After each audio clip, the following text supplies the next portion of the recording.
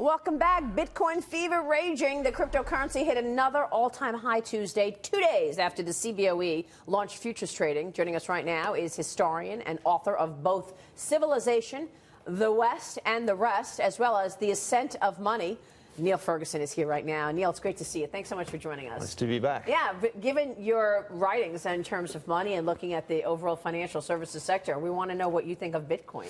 Well, it's not tulip mania. Sorry, Jamie Dimon, that is not the right analogy. Okay. But it looks a lot like a classic bubble. In fact, it's one of the biggest bubbles in financial history.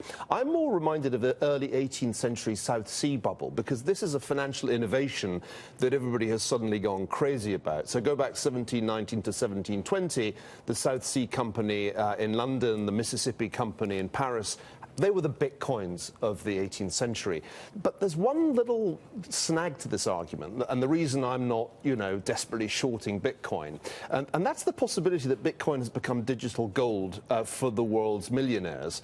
I had this horrible calculation, and it's been haunting me. If they just put 1% of their assets into Bitcoin, then the right price should be $60,000, not 16 or 17,000. So I'm not quite ready to say this bubble's going to burst. Well, I think it's going to correct, because there's going to be a regulatory change, and then the headlines will be Bitcoin bubble bursts, and people will guess what? Bitcoin isn't regulated, though. That's the whole premise of Bitcoin. It's independent of governments and the influence of it. The only part that's regulated is the futures. Well, that's gold. the thing, because I was just going to say the Winklevoss brothers were here yesterday or 2 days ago. Yeah, 2 days ago. And they said, look, we're regulated, because they're talking about the futures market. Well, and they have an exchange, but gold is not regulated. Gold has futures on it. Gold doesn't produce income.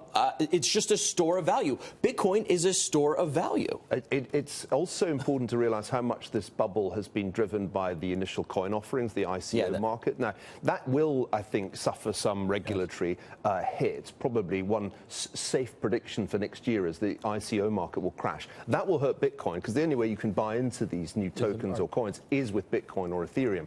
So I think there's probably downside risk there. But if you travel the world and talk to people, especially outside the United States, in emerging markets, where there's less security of property rights, where rule of law is shakier, there's a lot of attraction in holding some of your wealth in Bitcoin.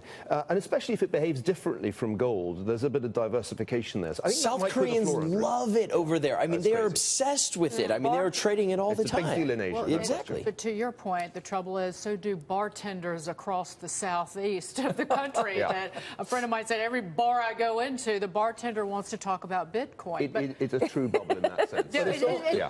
I just use that as an example. You're right. I went to a florist shop the other day, and she said, my son is into Bitcoin. What do you think about it? I mean, everybody's talking about Bitcoin. Well, my son was into my teenage son 3 years ago told me I should buy Bitcoin. I should have listened to him. Yes. But the teenagers were early. The teenagers were early to the party. But the latecomers are the people who only read about it a few weeks ago. And that's the sure sign that the bubble's reaching its final phase, when the outsiders, the newcomers, the neophytes pile in, and they're the ones who are going to get stung when this correction comes, as it surely will. And it's been very difficult to short Bitcoin, right? Until recently. You mentioned shorting it, but it's been, how do you do that? What exchange do you go on, and how do you actually short? But now that there is a futures market, the interesting thing is that actually it rallied after that began. So we're still not quite there at that tipping point where the price corrects. I'm sure we're getting close to it, though. Financial history tells us that this has to correct big time pretty soon, particularly when the sort of taxi drivers are talking about it on your way to the studio. Like the shoe guy, Real quick before you go, Neil, your thoughts on the global economy. You've done a lot on China, obviously. China's the big story. China keeps on growing. I just got back from China. It's definitely going to be north of 6% a little bit. Not quite as juicy as this year, which was 6.8%.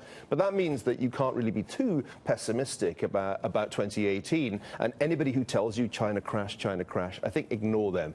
Bitcoin crash is more likely than China crash this coming year. That makes a lot of sense, actually. Neil, it's great to have you on the show. Thank you very much. Hope you'll come back soon. Yeah, look forward to it. Niall Ferguson joining us there.